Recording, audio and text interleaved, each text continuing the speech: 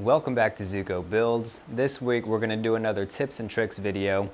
This here has nothing to do with the video. I'm just rushing to get this done and out to my client. I just got off of my full-time gig at the other wood shop that I was telling you guys about in the last video. So don't mind this, it's just here. I'm still working on this, but I'm going to share with you 5 to 7 tips and tricks that help me in my shop all of the time. Maybe you've seen some, maybe you haven't seen any of these. Either way, I'm sure you're gonna find 1 or 2 that'll help you. Let's head over to the table saw and we'll get started. Alright guys, so lately I've been using a lot more plywood for my builds, just more cabinetry I guess.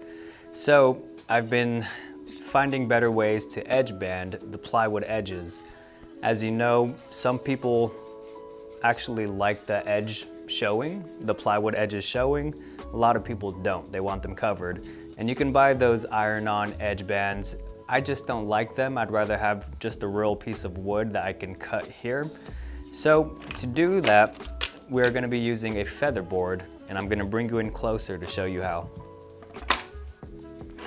All right, so I have the piece of plywood that I want to edge band here. And to do it, I'm just gonna be using pine, since this scrap piece is just radiated pine. If you're using birch or walnut, you can just use those woods. You can even take a piece of your plywood and cut it to the same thickness as your edge, and then use that. I'll show you that as well. But for this demonstration, I'm just gonna be using pine. What you wanna do is set up your feather board. If you don't have a feather board, I really recommend getting one.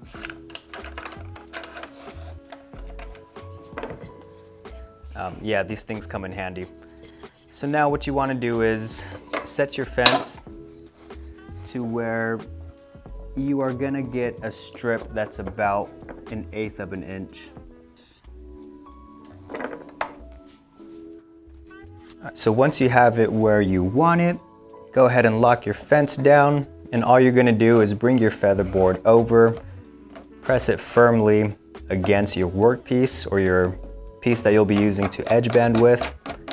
Lock your feather board in place.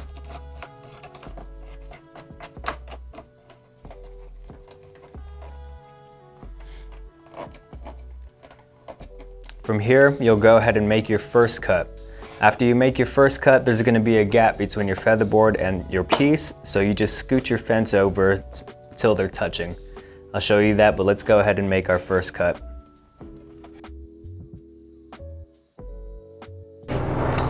Now you can see we cut just a fine piece. This is about 1/8, maybe even 1/16, and this is perfect just to cover up that plywood edge. Now what I meant by you just scoot your fence over, let me move you guys around. So now you can see that if I keep the fence where it is, there's a gap. All you do is scoot your fence over till your board's touching the feather board, and then you can go ahead and make the same pass and you'll get the exact same thickness every single time. All right guys, you can see that this came out perfect. This is actually the same thickness. You can actually use a thicker material, that way you have some wiggle room and you don't have to be too exact when you're gluing this on, and then you can always just trim it afterwards. But as you can see, that is a perfect fit. It's nice and slim. Once that's glued on there, give it a quick sand and you'll never know. Now let's hop over to the miter saw. I'm gonna show you guys how to make really steep mitered cuts. Sometimes furniture looks good when it's not an obtuse triangle, but rather an acute triangle. Obtuse is when it's wider than 90, acute is when it's shallower than 90. My miter saw only goes to 60 degrees on the right and 50 degrees on the left. So if I wanted to cut something that's 70 degrees, I wouldn't be able to do it without this hack. All right, to start, I'm just gonna take some blue painter's tape. We all have this in our shop. And I'm making sure not to get it on the base here where it actually swivels. You'll see why in a second. You just want it on the base that's stationary. Just gonna take some blue painter's tape, set it there, and take any sort of scrap piece of wood This here will do the job. Oh, maybe something longer. This doesn't reach the tape. All right, here we go. And then I'm gonna add some more tape. If you haven't guessed it, we're gonna do the blue tape and CA glue trick here.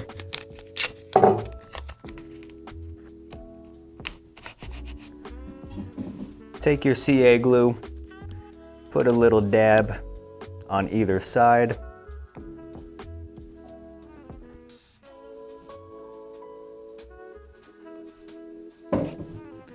And of course, what good is CA glue without your accelerator? Spray it right over here.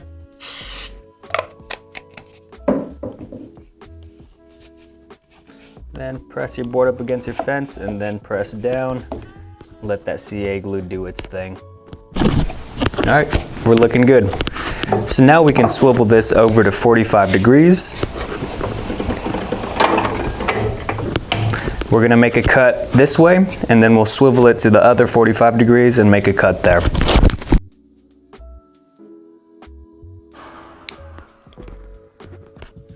And then just go ahead and pop off this middle piece.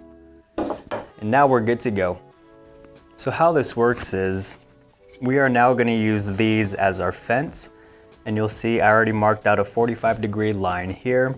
If we place it straight up against our new fence, push it up, you'll see that at 0, we are now cutting 45 degrees.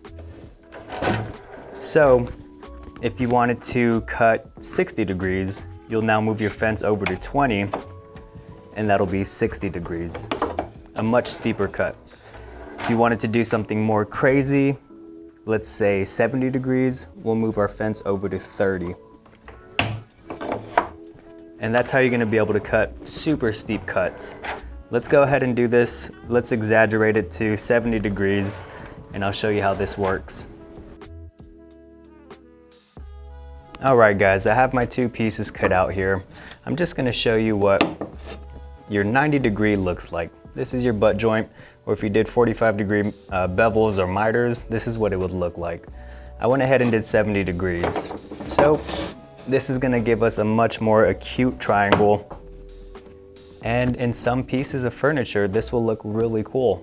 So if you ever need to cut really acute triangles for any sort of furniture or any woodworking, this is a great way to do that. It's really hot. If you guys hear a little buzzing in the background, I had to turn my fan on. I've been in a hot shop all day. It's been about 96, 97 degrees here, and my shop is still hot, so I needed to turn on a fan. But the next thing we're gonna talk about is making templates. I use templates a lot for a lot of things, especially with shapes, or that's pretty much why I use it, for shapes.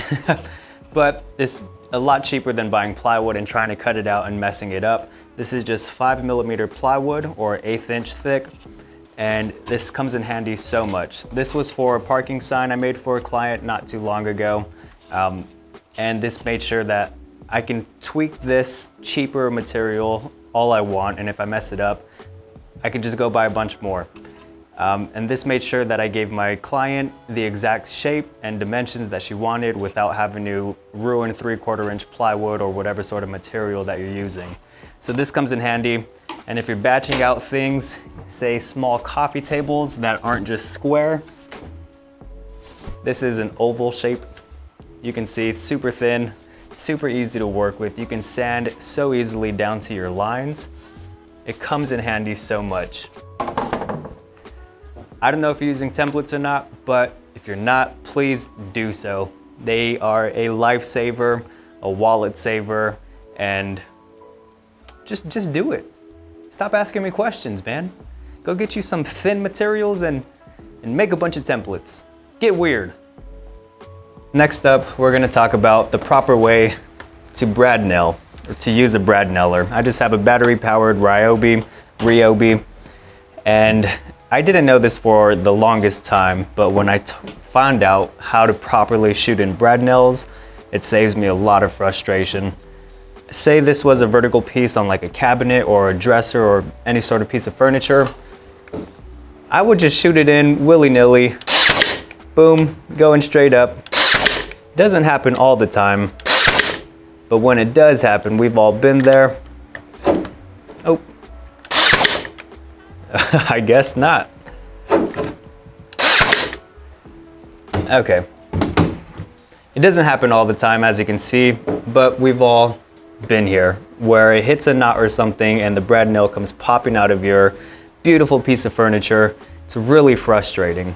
What you want to do is, these brad nails are coming straight out, but their head is like an arrow. So say it's pointed sort of like that, it's going to want to veer left or right. So what you want to do is, instead of blowing out through the side because you're shooting it straight in, is either turn your brad nailer so it's horizontal, or if you can, turn your whole workpiece over so you're shooting it in so that the brad nails are going in horizontally. You'll almost never blow out. Like I said, it doesn't happen all the time when you're shooting it vertically, but it'll happen more often than not. And this is really frustrating. You gotta rip it out, patch it up. I have yet to blow out of the side of a piece while shooting it in horizontally. So either keep your workpiece horizontal or turn your brad nailer over so it's horizontal. That way when it goes in, it's not gonna be able to pop out any side, it's just gonna dig in to the wood even more, which might honestly be a better fit. So stop using your brad nailer like this and either use it like that or like that. All right, I have to get back to work, but I want to share one more with you. It's a quick one. We all have drills. We know how annoying it is fumbling around for bits or even trying to hold a bunch of screws. My first set of drills, my impact driver and drill, was a Ryobi set.